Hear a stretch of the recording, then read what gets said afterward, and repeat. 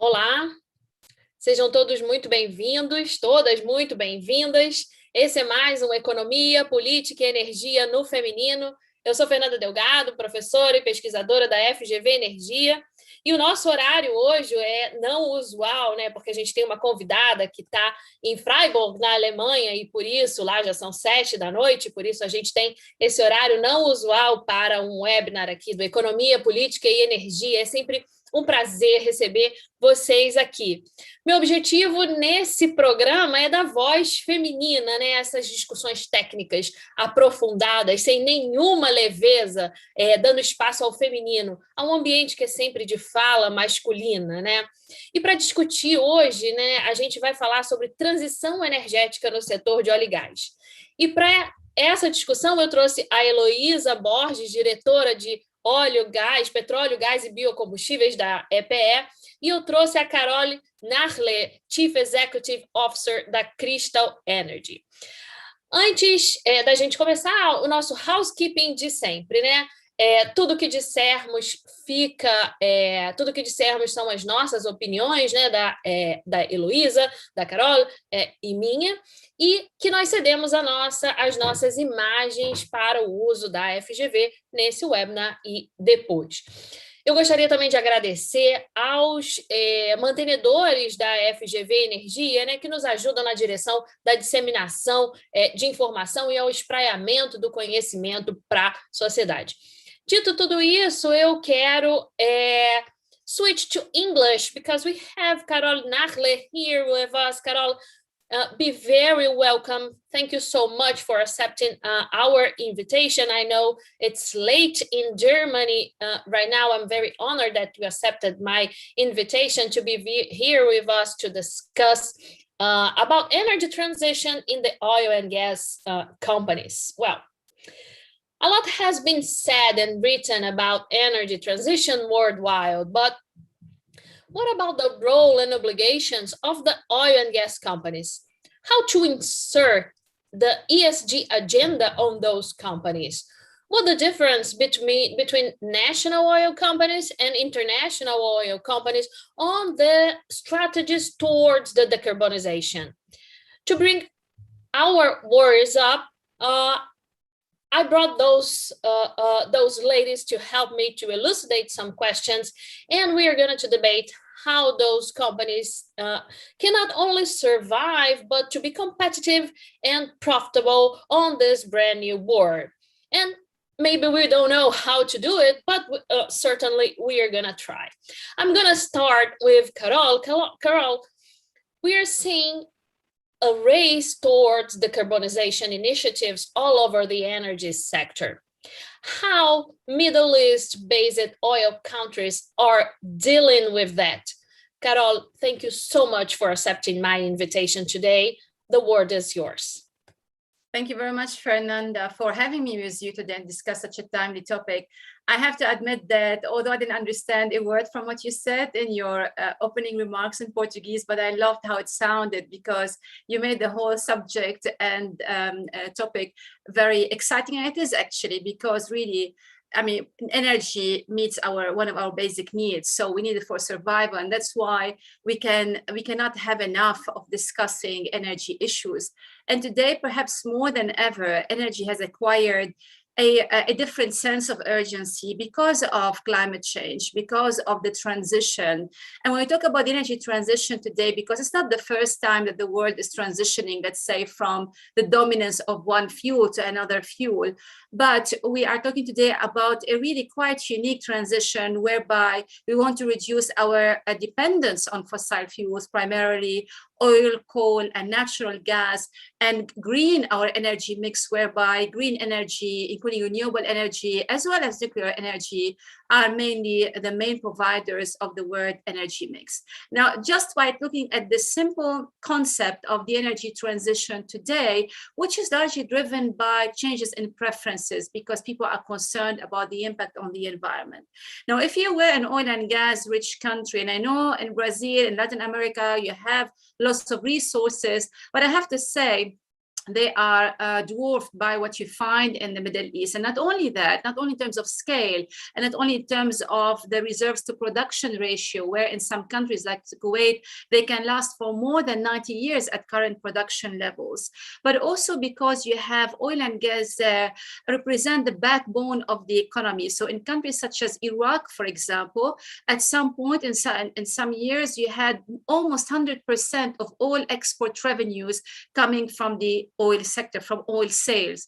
Government revenues come from the oil and gas sector. And the public and private sector remains quite timid, I would say, compared to the dominant presence of the public sector or the state-owned organization. In the oil sector, you do have the giants of this world, such as Saudi Aramco, ADNOC, and other big players in the global oil scene. So if you were one of those people there, like whether companies or governments, then you look at what's happening elsewhere, particularly in Europe. I would like to refer to Europe, not because that's where I'm sitting now, because really Europe is leading the march in terms of fighting climate change and pushing for the energy transition with aggressive policies, as well as market-based mechanisms such as carbon pricing. So if you were in the Middle East, you ought to be worried, because the rest of the world is telling you, you know what, we don't need your valuable resources. Now, of course, in the Middle East, not only the fact that you have the dependence on oil and gas revenues, but there is another feature. If you look at the primary energy mix and the electricity mix in the Middle East, it is pretty unique from the rest of the world, because they are dominated by oil and gas. So elsewhere, you do find maybe coal in China playing a bigger role. In Europe or in North America, you have a very diversified energy mix. In the Middle East, it is simply oil and gas, of course, with some pockets of renewable energy here and there and nuclear. So in the Middle East, they are not ignoring what is happening elsewhere. They are pretty concerned about what's happening elsewhere, because that means killing their bread and butter.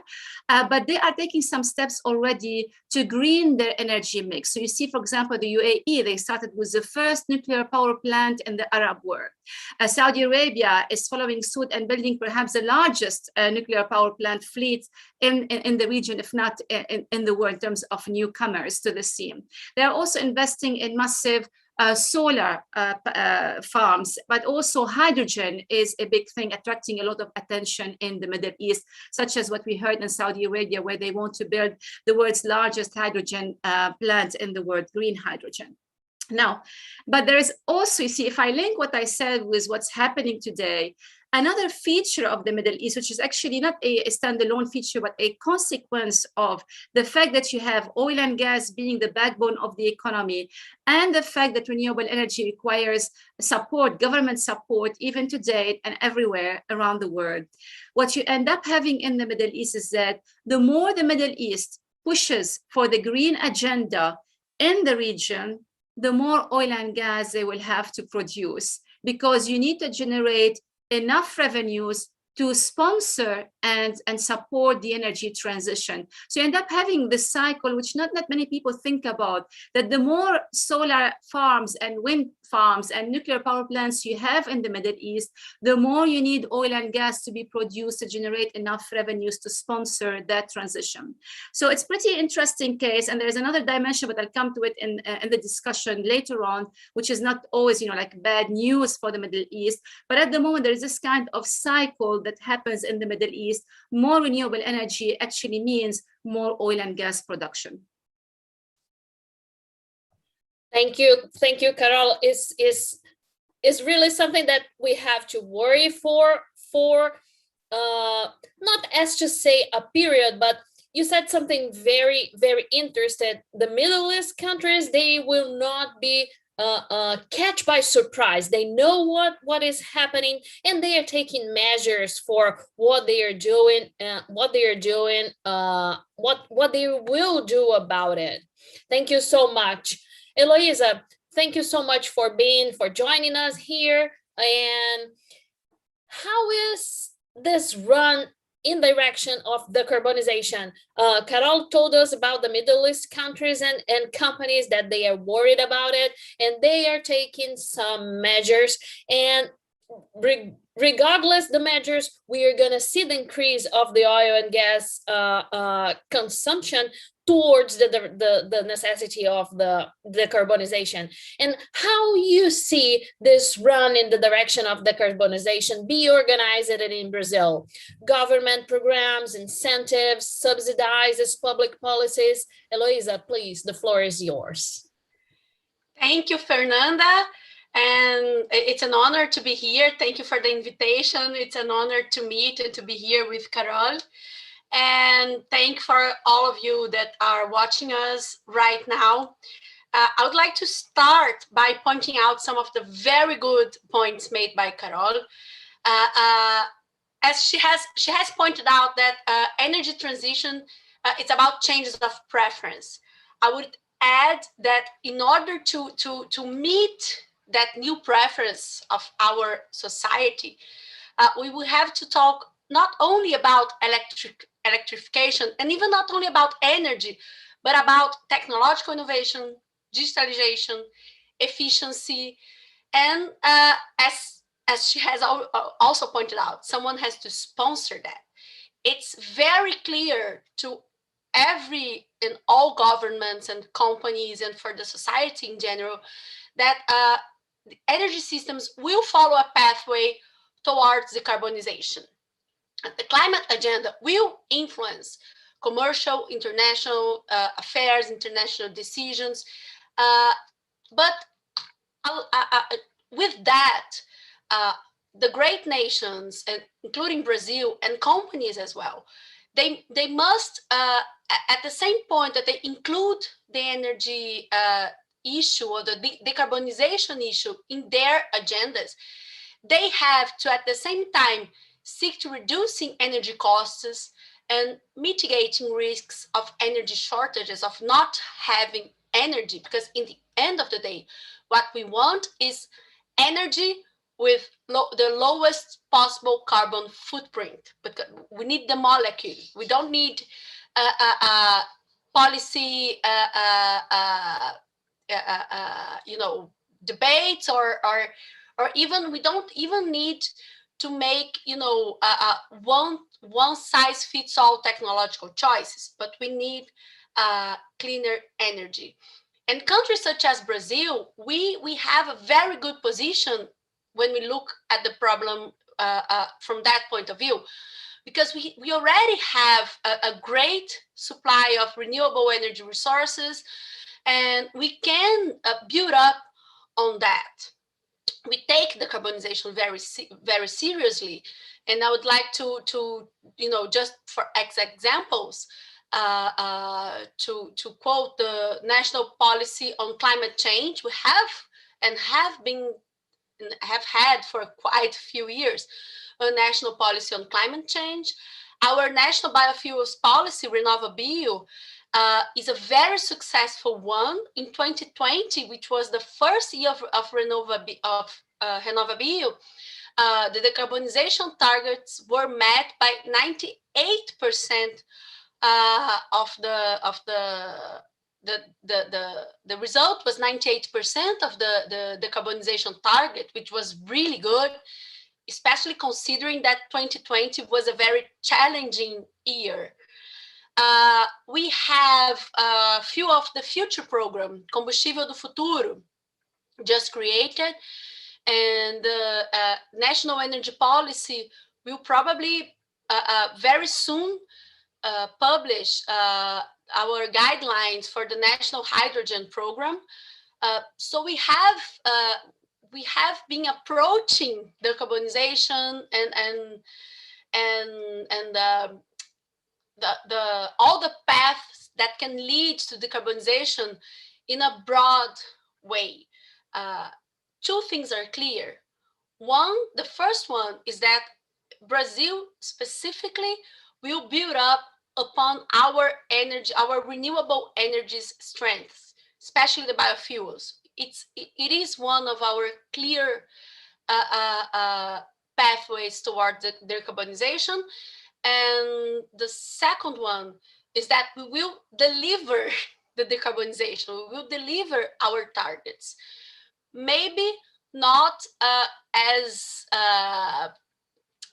with strong subsidies or technological choices as other countries are making, because we are designing public policies based on incentives and based on how we consider our national strengths.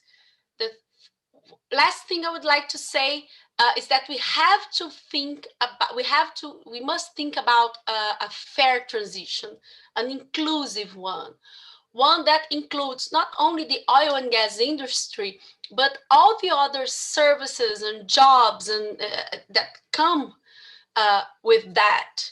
And we have to take the opportunity to make the energy transition a fair and inclusive program, guaranteeing energy access, guaranteeing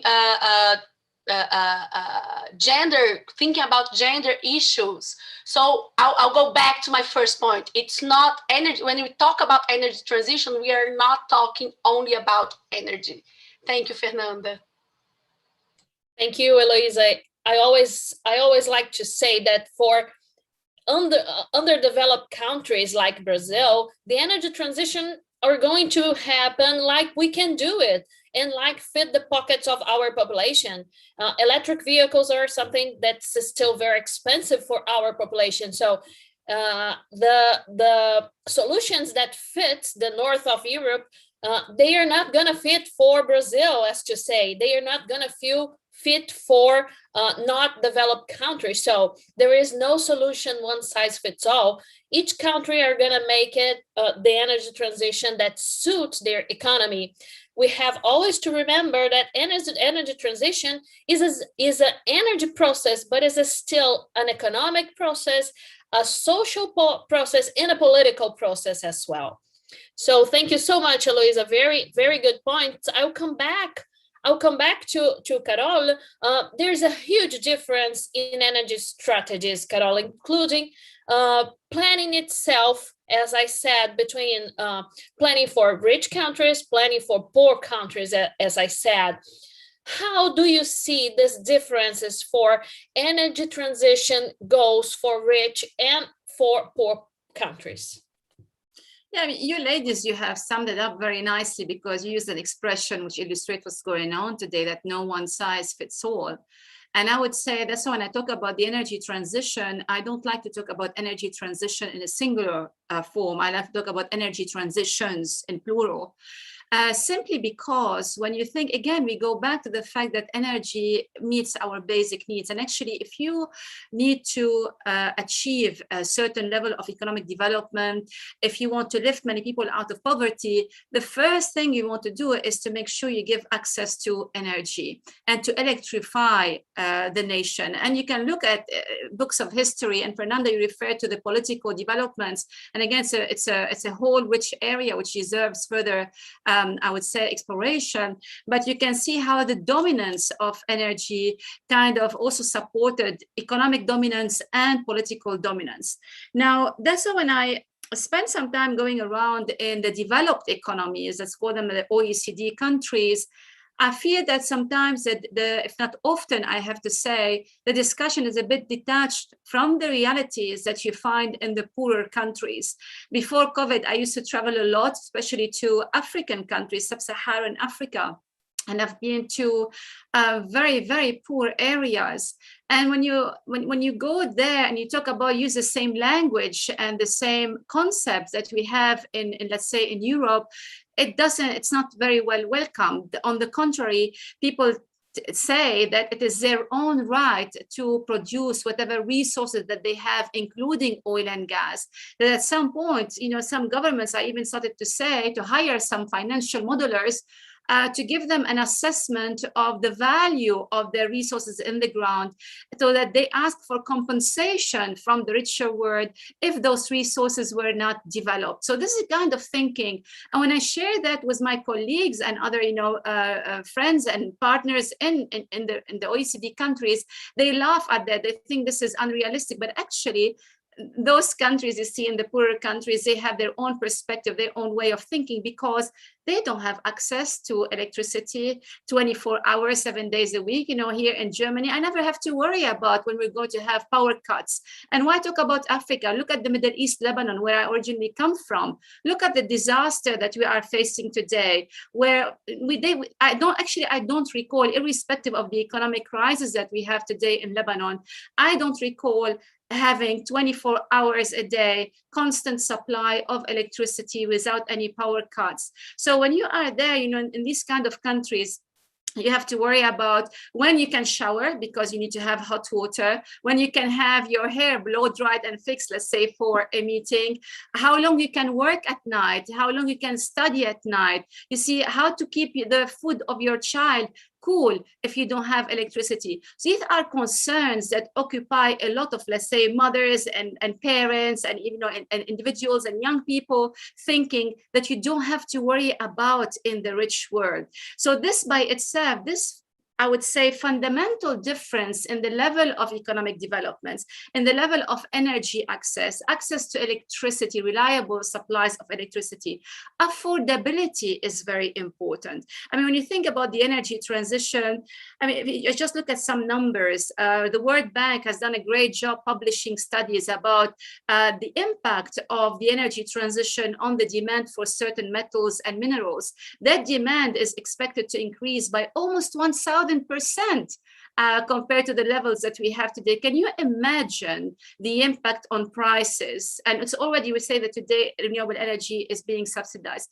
This by no means to say that we should not pursue our noble climate target goals, but we should be careful not to look at the whole world as a coherent, homogeneous entity. I mean, look at the way we are dealing with COVID-19 today. Look at the rate at which vaccination is happening in the rich countries versus the poorer countries. So we are talking about countries going at different speeds, and the energy transition requires a lot of commitment. That's why we have to be able to be more flexible in the way we look at this energy transition, and the way we manage our expectations for certain countries, take into consideration that we are not really comparing apples with apples when it comes to the energy transition.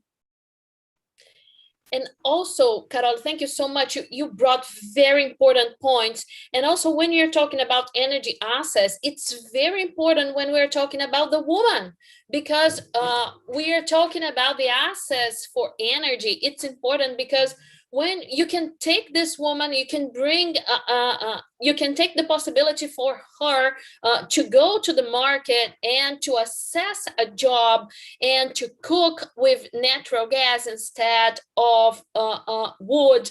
And you can bring public light and to extend the life of this woman. So there is also some very important studies from the World Bank that relate the long life of the woman and the children with the energy access. So when you are talking about African countries and even Latin American countries also, you can make this very straight correlation with the increase of the woman's life. You can the better life, as you say, for us with the energy access. It's not just for the population itself, but for women and children also. It's very important, the point that you brought. Thank you so much. Heloisa, I'll get back for you. You brought very important points about how Brazil is working on our decarbonization agenda, and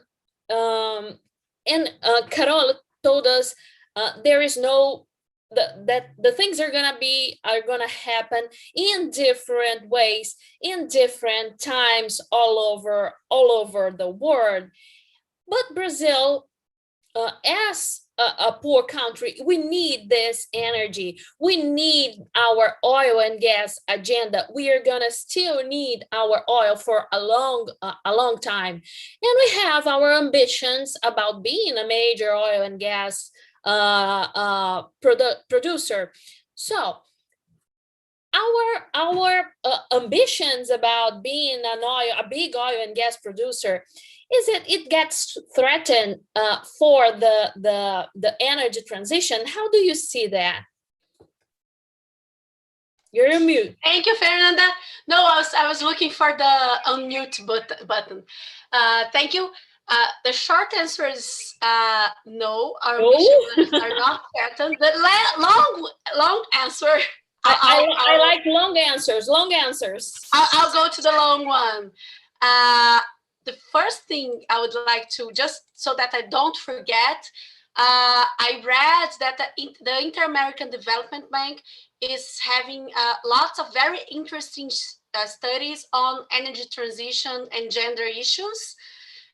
And they have collected data on some Latin American countries, not on Brazil, though they are starting to work with Brazil, but they have, for instance, some very interesting results for Bolivia. That showing that you can devise policies, you can think of policies that are inclusive and that guarantee that at least the direct beneficiaries of the policies and transitions are at least there's a gender balance on those beneficiaries. We already did some discussions here in economy, politics, and energy. I don't remember. It was me, you. I don't remember. Michelle Alaki from the Inter-American Development. She's the one who published. I believe on her LinkedIn, she published. We did this discussion once regarding the energy assets for women in Latin American countries and the African countries. Oh, but let me go back to my specific question. The world is changing. The oil and gas industry is changing, but hydrocarbons will remain highly relevant. It is naive to think that when we talk about energy transition and decarbonization, we will like turn a key and just forfeit a whole lot of resources that we have and things that we don't even remember that we have. I'm not talking about I'm not even talking about transportation or maritime and aviation. I'm talking about cosmetics and computers and everything that we use in our day-to-day lives that require hydrocarbons to be transformed in something that we can use. That said, not even in transportation, we believe that there will be like a full 100% shift. And that's true not only for this moment in time, but if we look several movements a long time, society's consumption profile has changed, has adapted as it should. But we always need more energy. That's true for Brazil, and that it's true for the world. In the Brazilian case, in the long term, by 2050, even considering very aggressive hypotheses on energy efficiency gains, we will still need 3 times more energy than we use now. How do we supply that energy? Hydrocarbons will play an important part. Even if fuels that we tend to forget still play a very significant part of our developed society. We still use firewood and charcoal. We use more charcoal now than we used in the beginning of the century, even though we have advanced for other fuels. So I'll go back to the first point I made, that the issue is how to provide energy with lower and lower carbon footprint. It's not choosing energy sources. It's embracing all the energy sources, all the competitive energy sources, minding, our carbon and methane emissions. Several oil and gas companies are already changing their business strategies, including energy transition scenarios. They are becoming energy companies. We see several movements from national oil companies, international oil companies, towards renewables, towards solar, wind, hydrogen, biofuels, but they don't intend to give up investments in oil and gas. the last point I would like to make is that even that said, I'm not delusional. I don't believe that oil and gas, will keep growing. And why do I believe that Brazil in particular is very well positioned in this energy transition scenario? Because you asked about Brazil and oil companies in Brazil. Three main reasons. The first one is that we have very competitive assets. And in an energy transition world, not every molecule of hydrocarbon will be produced. Only the competitive ones will be produced. And our resources are competitive.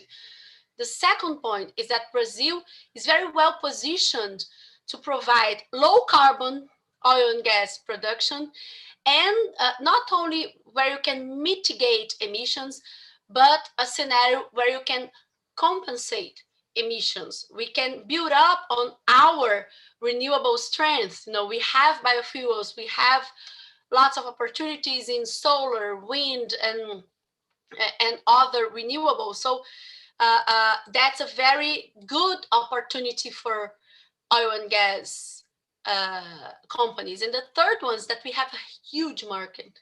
So it makes sense to keep investing in oil and gas in Brazil, because Brazil itself will still need lots and lots of energy. Thank you, Fernanda. Thank you, Heloisa. Yes, you said something very, very interesting points. I would like to remember our audience that energy matrix in the world, the primary energy matrix, 40% of that is still coal all over the world.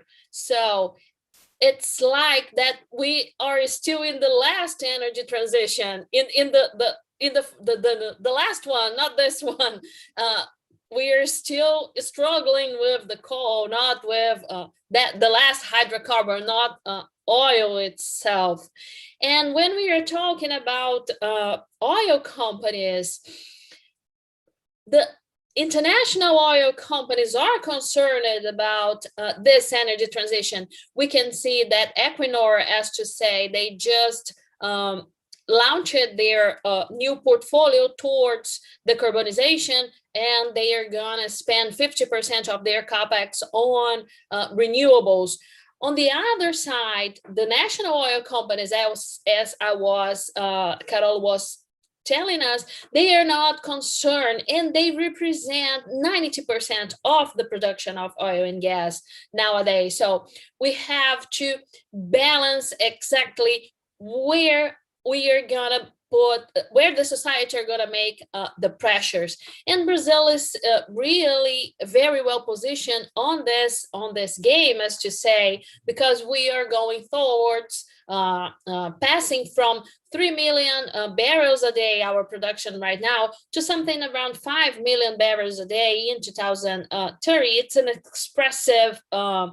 It's an expressive production, nothing that will make us a price maker. We're still going to be a price taker, but, well, it's something to be considered. I'll get back to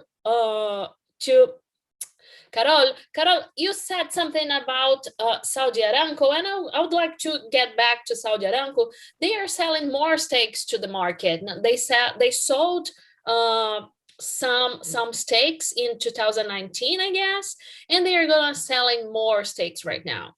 How OPEC national oil companies are dealing with this brand new world? You told us a little bit about it, but I would like you to elaborate a little bit more about this private brand new world.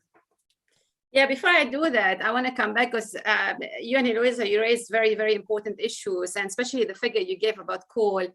If I may, just very briefly, talk a little bit about how slowly the energy transition happens usually, but just this figure, that if you compare the electricity mix from the 1980s up until today, you see that the share of fossil fuels has been, if you plot the numbers, you see a straight line. So whatever you have in terms of coal, oil, and natural gas, in terms of electricity generation in the 1980s, it is the same today, with maybe 1 or 2 percentage point difference. So that's one thing to remember.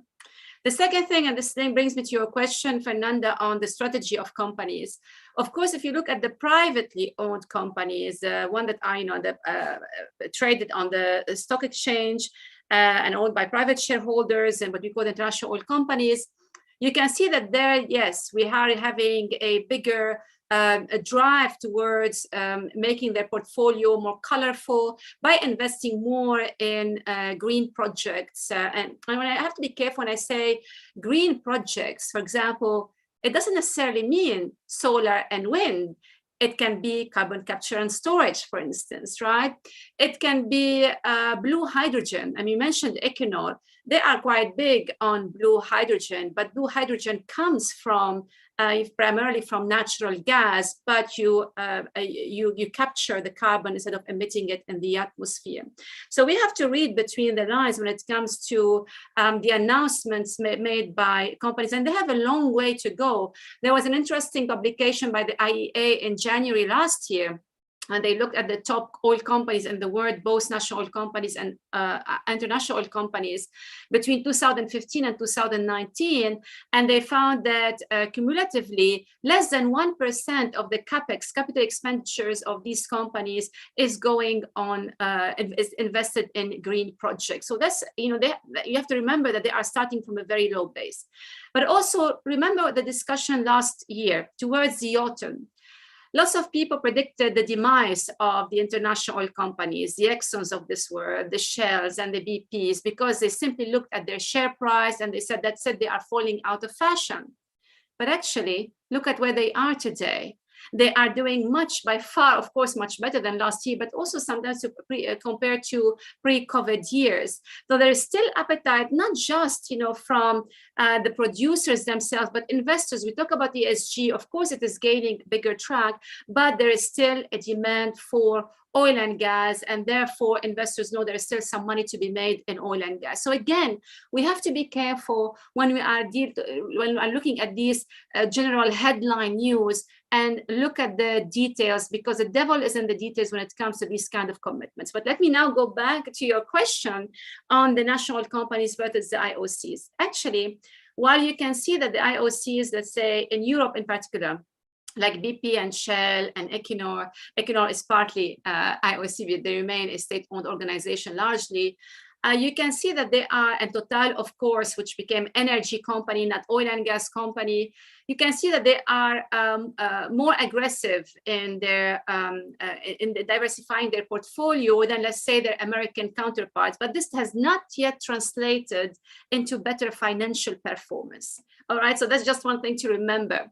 But when you look at the national oil companies, and particularly I refer to the Middle East because they are the biggest, but they are not really the only one following that strategy.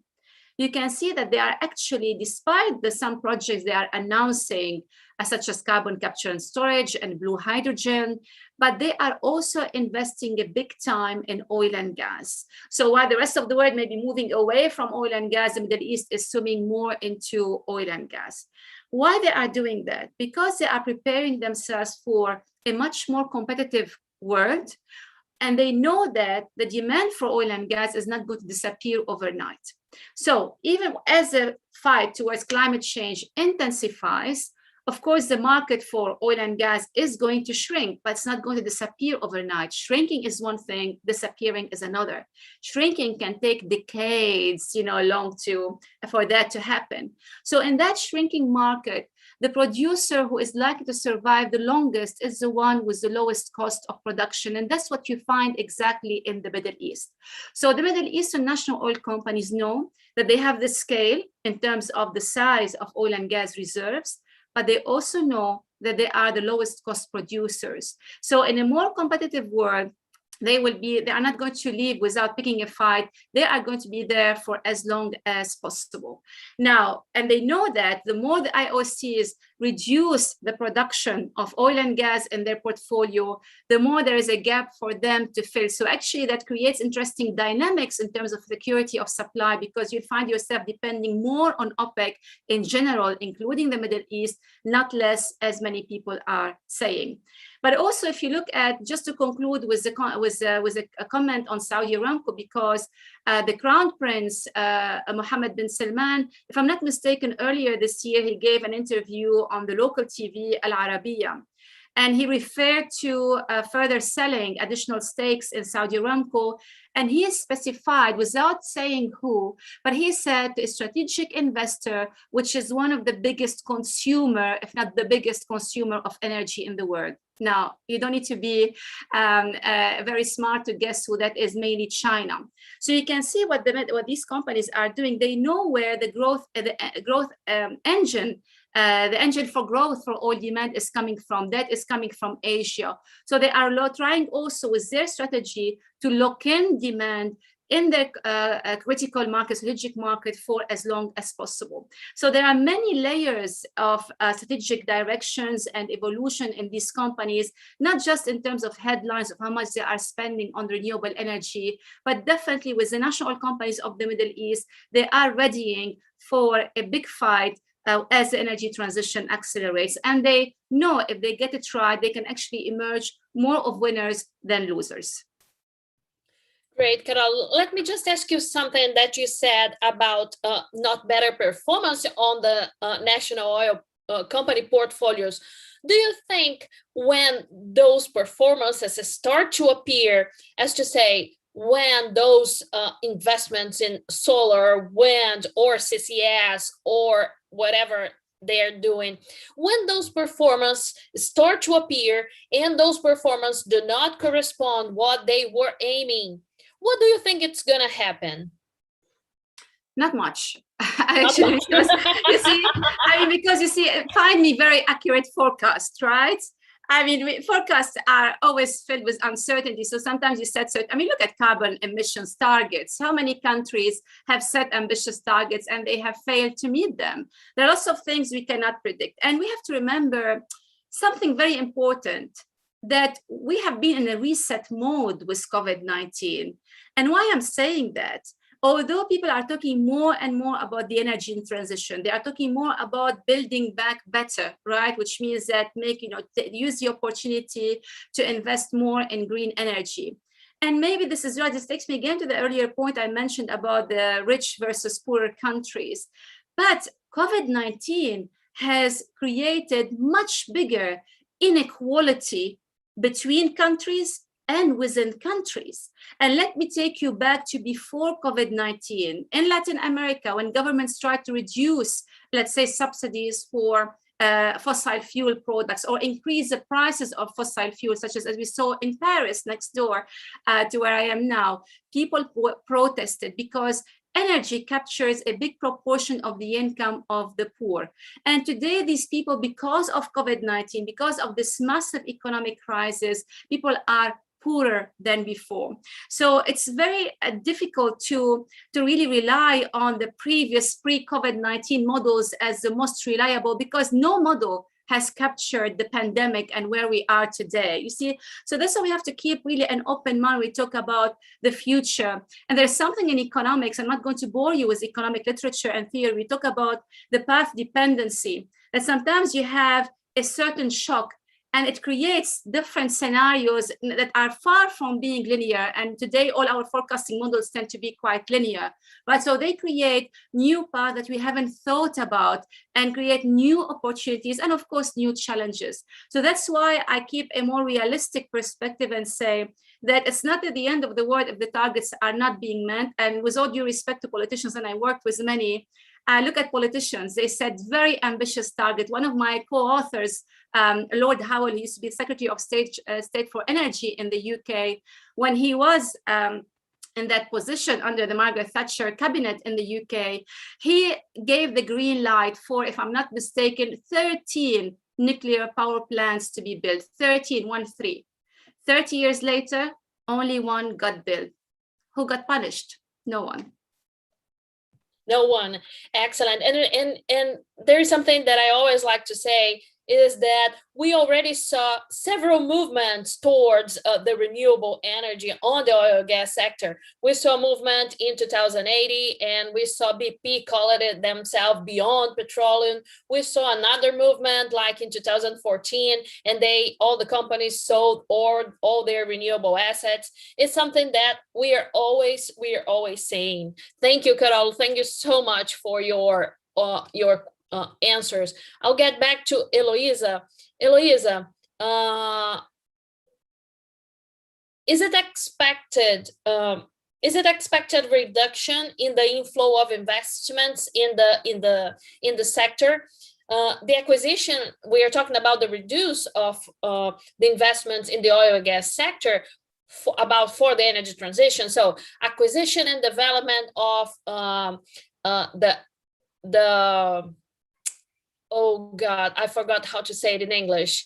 The transfer of rights surplus. Everything is expected from the development of the natural gas market, the major fields. How do you see our perspective of investments? We are going towards the end of our webinar. I promised Carole that we are gonna just make 1 hour webinar. So how do you see Brazil attracting investments? Do you see that we are threatening the attraction of investments for our future plans regarding our next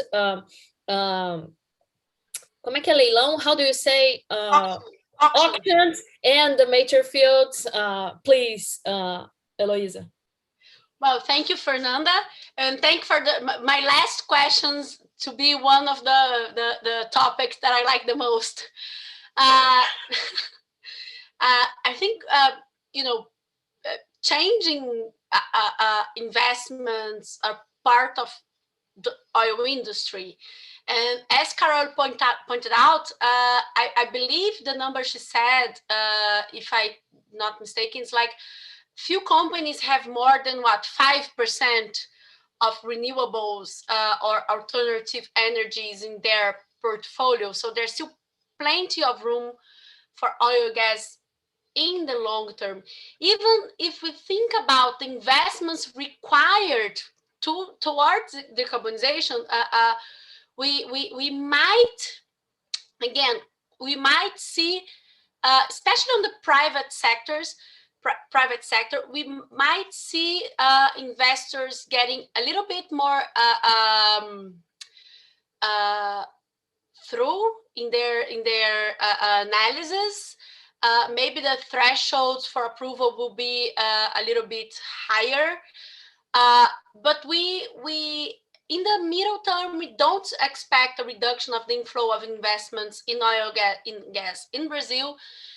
Again, because the opportunities, they're just too good. They make sense, and they make sense even in the more aggressive energy transition scenarios. As Carole said something that reminded me of something that we'd like to say at EPE, that the paper, you can put whatever you want in paper.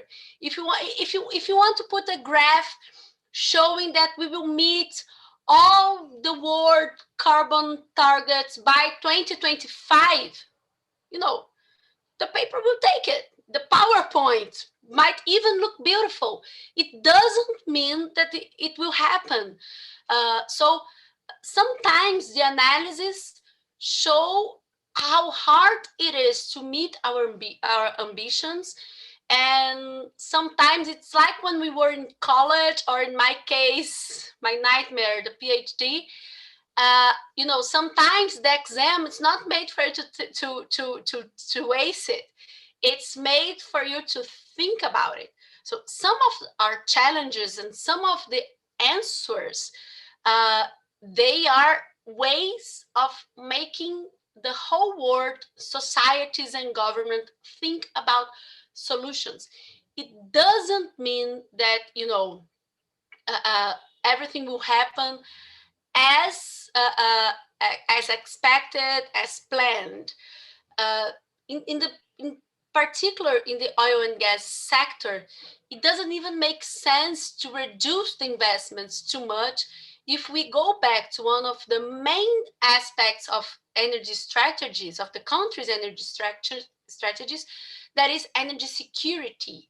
You have to guarantee that you have enough energy to meet all the world development goals, and in particular countries' development goals. So in the first and foremost energy policy goals are affordability and security. Of course, decarbonization is important. It's it's a framework that will influence all the other policies. But in the end of the day, we still need to guarantee energy for our population. And that's why I don't expect in the near term or in the middle term reduction of inflow of investments in this sector. What I do believe will happen is a change. We might see changes of areas that attract investments all through the world. So some, if we look in the world map, some regions might lose, some regions might will probably be more resilient to companies' different strategies, but we will still see people, companies and countries and national oil companies investing more in oil and gas before they invest less. Thank you. Thank you, Heloisa. Thank you, Carole. I will ask you for your last considerations. Carole, please, you go first. It's important that when we try to discuss these issues, that unfortunately some people might think that we are, let's say, anti-climate change, because unfortunately today this topic or this subject is deeply polarized. You have on the one hand people who want to kill all fossil fuels and that's it, have everything coming from renewable energy and nuclear, but on the other hand you have the climate deniers who want to continue drinking oil and gas and burning coal like as if there is no tomorrow. And I fear that the topic is much more complex and has many layers. We only touched a little bit on some aspects, from the economics to the social aspect. There is a geopolitical aspect, the political, the security, you name it. So therefore, we need to have, first of all, more balanced in today's polarized debate, a balance that takes consideration different country status and priorities. And also, we have to think about an important dimension, I hope it captures more and more attention, that is energy security, because energy security remains very important. It can change from time to time. But if you look at the evolving dynamics in global energy market, with the energy transition, you're not going to get rid of the energy security concerns that we are very familiar with when it comes to oil and gas, for example. As you think about the race between the US and China to dominate the green energy space, renewable energy. So if you look at the top 5 producers of green energy as well as other energy sources, you will almost always find the US and China. China alone sits on, I think it's the largest producer or sits on the largest reserves of 32 important metals and minerals that are needed to produce, let's say, solar panels and wind farms, wind pylons, wind blades, and batteries, for example. So think about these additional implications, and therefore we need to encourage more and more debate that looks at the other side of the story. I know it may come across as a devil's advocate, but that is needed because the energy transition is not going to happen overnight. It's going to take a long time to happen, and we have to be realistic. So really have to bring a higher degree of realism to what I call a very polarized debate. Thank you very much, Fernanda, for having me with you and for joining Heloisa on this important discussion. It was such a pleasure to have you here. And as you said, we cannot have enough of discussing energy. Thank you. Thank you so much, Carole. Heloisa, your last considerations, please. Thank you, Fernanda. Thank you, Carole. I will start by saying that I completely agree with Carole. The world nowadays is so too polarized for sometimes for a civilized debate, and I'm very glad to be part of this one today.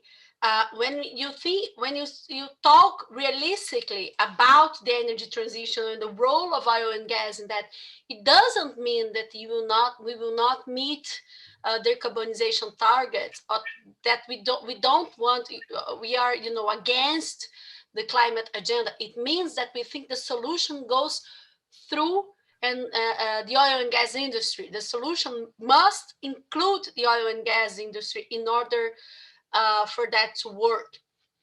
In Brazil, we believe that we are extremely well positioned.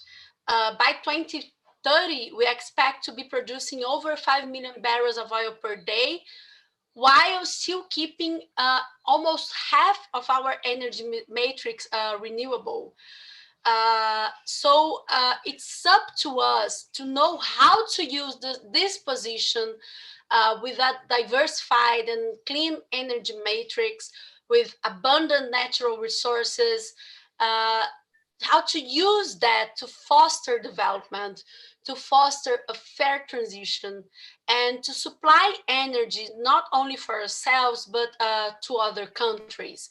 I believe that's the challenge that we face, because as I said, and I will repeat, we will deliver our decarbonization targets. We will deliver a very clean energy matrix, but we might just do it our way. Thank you, Fernanda. Thank you, Heloisa. Thank you for the audience. A quem acompanhou a gente até agora, obrigada. Esse foi mais um Economia, Política e Energia da FGV Energia. Obrigada, gente. Vejo vocês num próximo webinar. Obrigada. Thank you. Bye-bye. Bye-bye. Thank you. Bye.